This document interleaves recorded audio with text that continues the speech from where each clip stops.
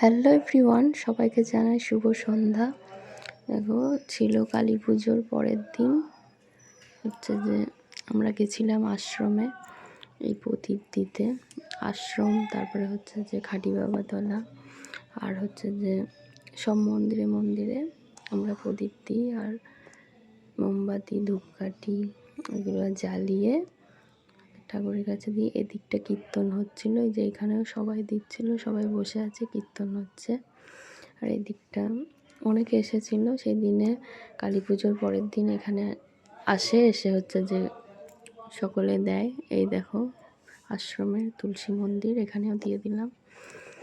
আবার এই দিকটা চলে এলাম একটু, এখানেও দিলাম। আবার এই যে আশ্রমে জগন্নাথ দর্শন করে নাও যারা যারা আসতে পারো না। এখানে আমার ছেলে আবার দিল, আমি দিলাম।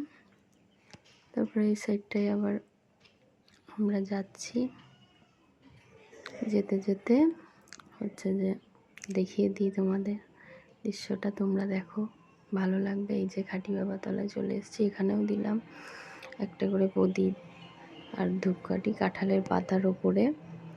আর হচ্ছে যে মোমবাতি দিয়েছি, ধূপকাঠি জ্বালিয়ে একটু ঠাকুরকে ভক্তি ভরে ডাকলাম, মনের কথা বললাম মার কাছে। এখানে সবাই দিচ্ছে এই সাইডটা। তারপরে আবার চলে এলাম এই যে মন্দির আমাদের শনি ঠাকুরের, আর মা কালী আছে, এখানেও দিয়ে দিলাম। এই যে ঠাকুর, গেটটা আটকানো, ভালো দেখা যাচ্ছে না, যেটুকু দেখা যায় তোমাদেরকে দেখালাম।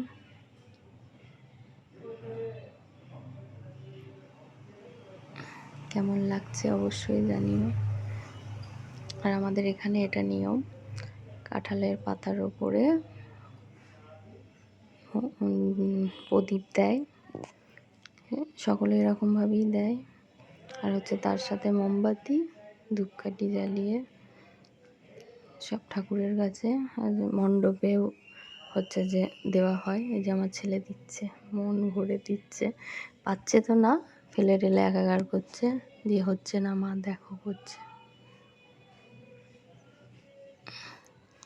সেজে উঠেছে আমাদের খাঁটি বাবাতলার বট গাছের কাছে, সকলে দিচ্ছে। কালী পুজোর পরের দিন দেওয়া হয় আমাদের এখানে। কেমন লাগছে অবশ্যই কমেন্ট করে জানিও। ভিডিওটা খুব একটা ভালো করে করতে পারিনি, ছেলের জন্য খুব দুষ্টামি করছিল। আর এখানে একটা মন্দির আছে, এখানেও দেখিয়ে নিই তোমাদের, এখানেও দেবে,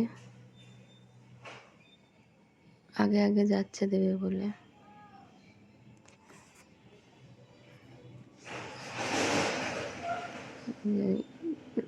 চলছিল, আবার লিবিয়ে দিয়ে আবার জ্বালাচ্ছে, তাহলে কেমন দুষ্টু বলো তোমরা, দেখো গাইস।